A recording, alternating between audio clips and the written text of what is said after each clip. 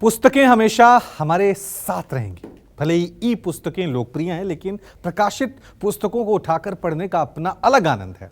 दिल्ली के प्रगति मैदान में लगे विश्व पुस्तक मेले में मौजूद साहित्य का विशाल संग्रह है, जिसमें हजारों लेखक शामिल हैं। उनमें से ही एक लेखक ऐसे व्यक्ति हैं जिनका राजनीति में काफी धाक है। पक्ष हो या विपक्ष, उनकी लोकप्रियता सब में है। हम बात कर रहे हैं कांग्रेस नेता राजीव शुक्ल की, जिन्होंने नई किताब लिखी है, 3 समंदर पार। किताब के लेखक और कांग्रेस सांसद राजीव शुक्ला ने बताया कि इस किताब में साहित्य और राजनीति दोनों का संगम है। सर, आज आपकी जो बुक है उसके बारे में जानना चाहेंगे कि ये बुक किस विषय पे है और इसको लोग क्यों पढ़ें। देखिए, मैं तो 1984 से विश्व पुस्तक मेले में आता हूँ। एक ऐसा आयोजन होता है जो मुझे सबसे ज़्यादा पसंद है, मैं आता रहता हूँ। ये तो इत्तेफाक है कि मैंने पिछले लॉकडाउन में किताब लिखी, तो उपन्यास लिखा था, जिसे राजकमल प्रकाशन ने छापा। और एक परंपरा होती है कि यहाँ पे सारे पुस्तक प्रेमी और साहित्य प्रेमी आते हैं। तो इस पुस्तक को लिखने की प्रेरणा तो मुझे अपने अनुभवों से मिली, जो यात्राओं पे मैं जाता रहता हूँ।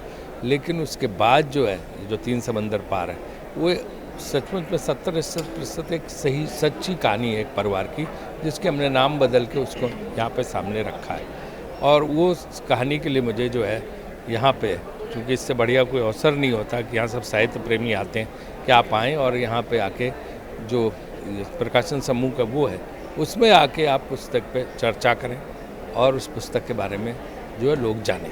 सर, ये वो जगह है जिसे हम कह सकते हैं कि ज्ञान का अथाह सागर है। ऐसे में सर एक बात चर्चा हो रही थी कि साहित्य और राजनीति, चूँकि आप दोनों से जुड़ गए हैं, ऐसे में एक चर्चा आपने की कि अगर आप साहित्य को जानते हैं तो आप सब कुछ जानते हैं, क्योंकि आपकी भाषा भी लगनी चाहिए। लेकिन जो आज परिस्थिति है कि लोगों की वाणी में वो शायद वो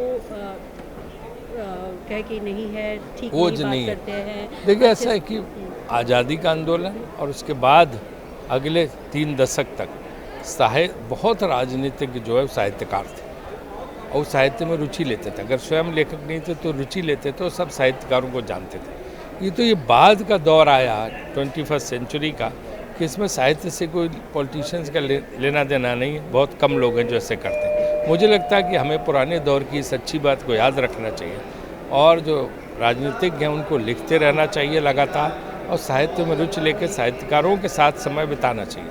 ये बहुत ज़रूरी है। अंतिम सवाल करूँगी सर, जिस तरीके से बयानबाजी होती है, जिस तरीके का शब्दों का उपयोग होता है, साहित्य को लेकर के आप क्या लोगों को समझाने की कोशिश करेंगे कि देखिए अगर सच्चा साहित्य उन्होंने पढ़ा होगा तो ऐसी ऊट-पटांग भाषा का इस्तेमाल नहीं करेंगे अपने बयानों में, इस तरह की जो ओछी बयानबाजी नहीं करेंगे। उनको समझ में आएगा कि अपनी बात हम कैसे अच्छे शब्दों में रख सकते हैं। ये चीज़ साहित्य दे सकती है। उसके लिए सब किताबें आपको पढ़नी पड़ेंगी। बहुत शुक्रिया।